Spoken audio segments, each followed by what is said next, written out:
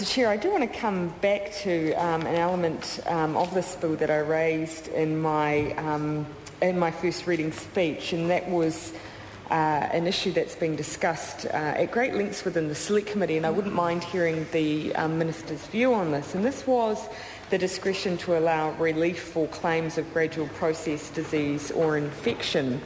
Obviously, the bill, when it first came to us, had a 6-year primary limitation period for monetary claims for personal injury claims, which of course the late notice knowledge requirements and the 15-year long stop period would also apply. Now, many submitters presented to us during the Select Committee process that might be an unreasonable limitation, particularly if a person was seeking to obtain relief for a latent personal injury caused by gradual process disease or infection.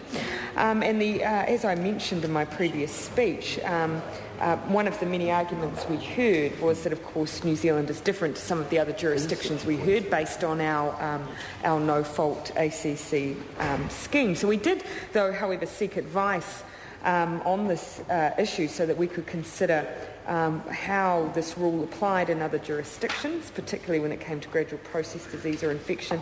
The UK and Australia seemed obvious jurisdictions for us to examine.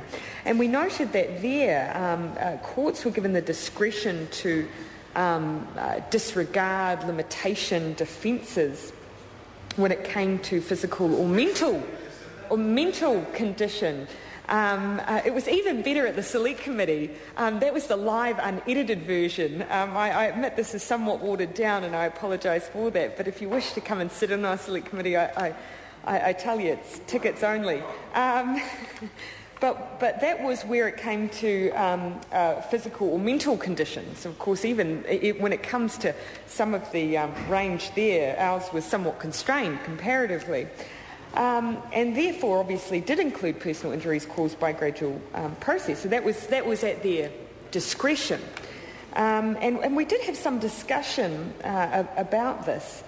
And one of the discussions that came up, as I recall, was, for instance, cases that some of us have seen in our own constituency offices, where we've seen, for instance, one that I raised was a gradual process claim, which was initially covered by ACC. So one might, and it was several decades ago, so it would have been outside this legislation.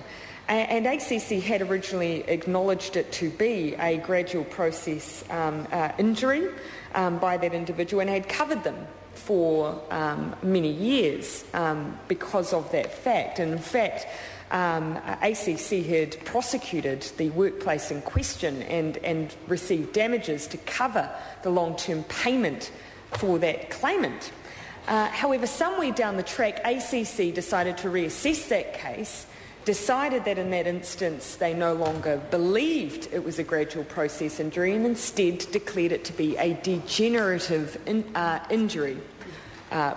Or disease, So in that situation, we originally had what was a gradual process disease. It was covered by ACC, so therefore was one of the cases we would see here that it would be understandable that we would say it's outside the limitation, and of course it's already covered by the state insurer. But then when ACC changed its mind, there is no point of redress for that individual. Even going back to ACC to try and claim that they had gradual process was met through a very lengthy litigation period, and then they would not be covered by the limitation bill because they were outside of the scope. I do want to, however, come on, so that was the kinds of discussion that we had at the Select Committee, but then you come on to what we decided. And collectively, the Select Committee decided to give the courts a discretion to allow monetary relief to be granted for a claim in relation to a personal injury caused by gradual process disease or infection when the Accident Compensation Act does not stop the claim being made or relief being granted. So there is still an interesting rub there when it comes to the way that ACC chooses to define the case in question. And I do think this is something that is very important to us, to make sure that we have got the interaction between ACC and this bill, this legislation, right? Because I don't think we can assume that all things will necessarily remain equal when it comes to ACC. I call Lynn Pillay. Thank you.